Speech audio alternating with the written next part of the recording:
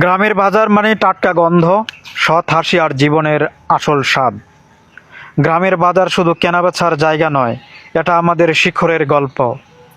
ভোরের আলোয় টাটকা সবজি, খেতে ধান, দেশি ফল আর মানুষের আন্তরিক ডাক, সব মিলে এক আলাদা অনুভূতি। ভোরের আলো যখন এখনো পুরোপুরি চোখ মেলেনি, তখনই গ্রামের বাজার জেগে ওঠে।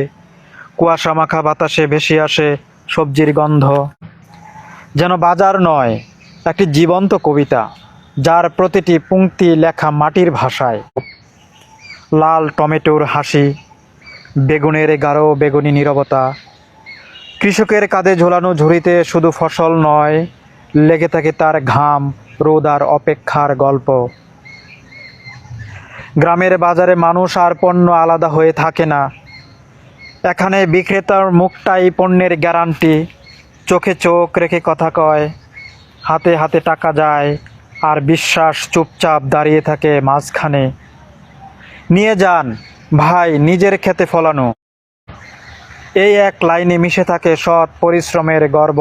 নিচে ধুলোমাখা পথ, সেখানে সাজানো থাকে সবুজ শাকের স্তূপ। এখানে দরদামও যেন এক ধরনের শিল্প, ঝগড়া নয়, বরং হাসি আর কৌতুকে ভেজা কথার আদান প্রদান।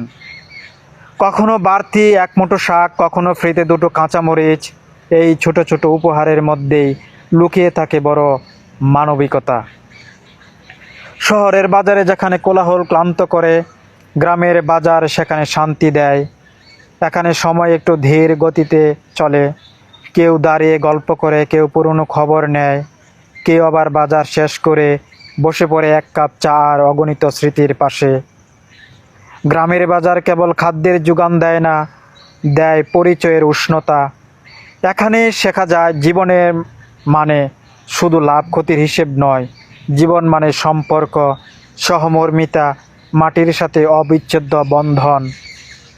যখন আধুনিকতার ঝড় অনেক কিছু ভাসিয়ে নিয়ে যেতে চায়, তখনও গ্রামের বাজার অবিচল দাঁড়িয়ে থাকে, কারণ এর শিকড় গভীরে, মাটির ভেতরে, মানুষের ভেতরে। গ্রামের বাজার তাই শুধু একটি জায়গা নয়, এটা গ্রাম বাংলার আত্মা, মাটির গন্ধে মোড়া এক চিরন্তন গল্প। কাঁচা মাছের ঝিলিক আর মানুষের ডাকে ডাকে ভরা এক আলাদা সুর।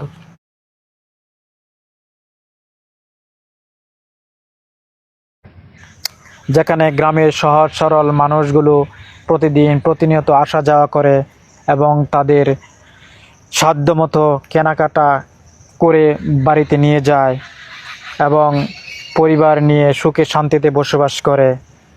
আমাদের গ্রামের বাজারগুলো সেই ঐতিহ্য ধরে রাখে, সেই পূর্বকাল থেকেই গ্রাম বাংলার বাজারগুলো এখনও ঠায় দাঁড়িয়ে আছে মহা এক আড়ম্বর নিয়ে। ভিডিওটি শেষ পর্যন্ত দেখার জন্য সবাইকে ধন্যবাদ।